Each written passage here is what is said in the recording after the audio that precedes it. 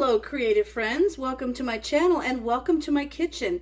And as promised in my last video, we're going to work on some master mixes. I love these kind of master mixes because especially for quick cooking, or for me right now, I'm thinking about going camping, I don't have to take all the different ingredients. I can just put this master mix together and I can have everything all ready to make a bunch of really good recipes. And it's fun because I showed you the book that I use as a reference in my last video.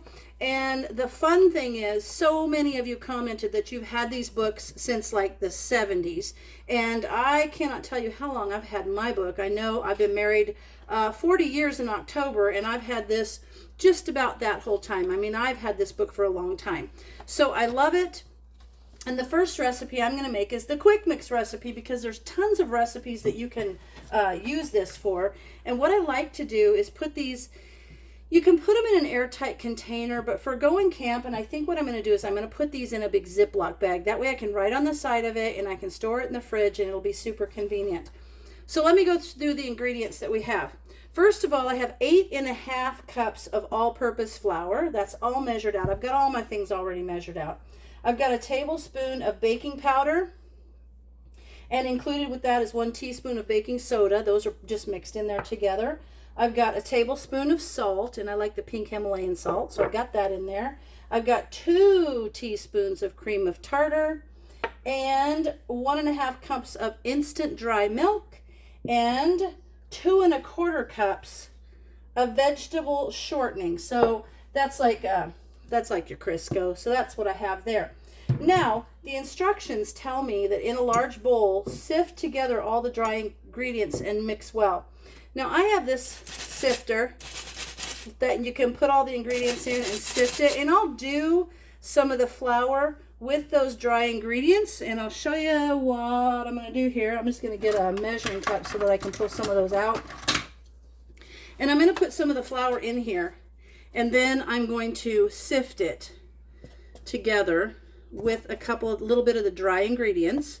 Now, if you don't have a sifter like this, you can certainly use like a strainer, a little strainer that's like got the little mesh on it. I also have this cool thing which works really well. So something that's got that kind of a texture to it that you can mix your flour. So I'm just gonna go ahead and sift all this together and see how it works it down and it mixes it. And even after I do the sifting like this, I'm still gonna use that little tool to go through there and make sure that everything's mixed really well.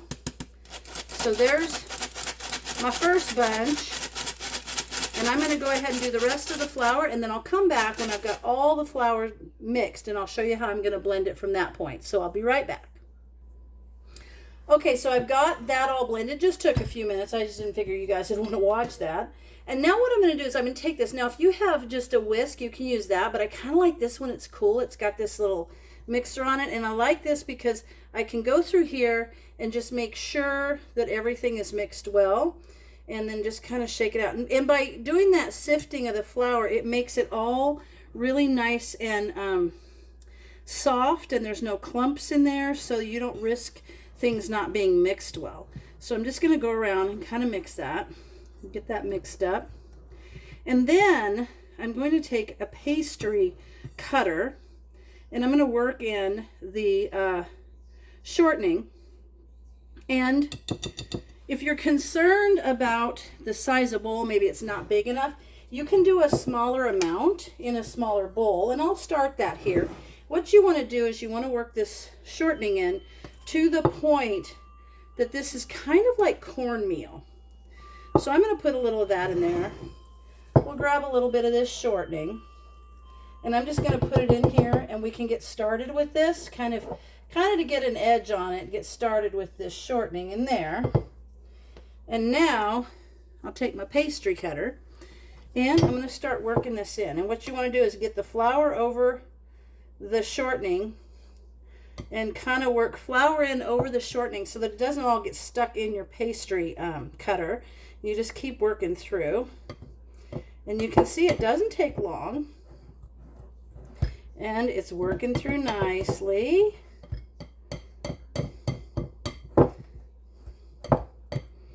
So you can see how that's just pushing through there and it's working that shortening into the flour. Now this is going to be refrigerated, and you can actually refrigerate it for about, it says to work it through, or to use it within about 10 to 12 weeks.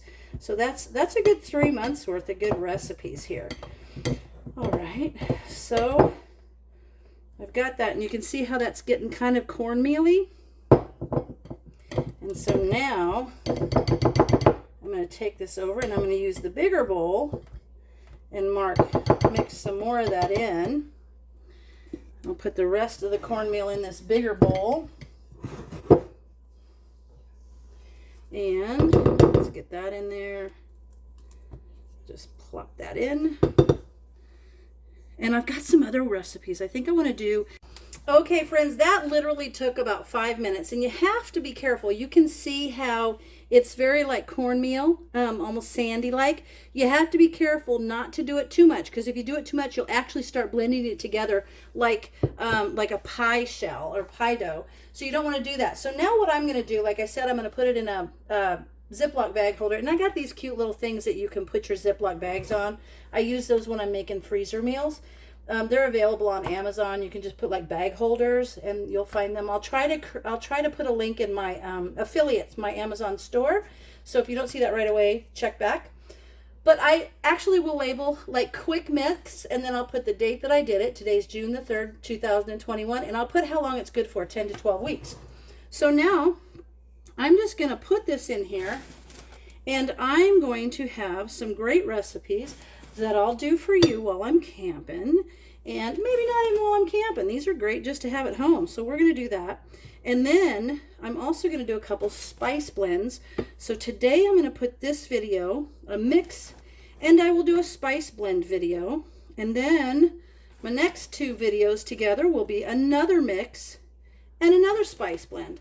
So let me get this all in here.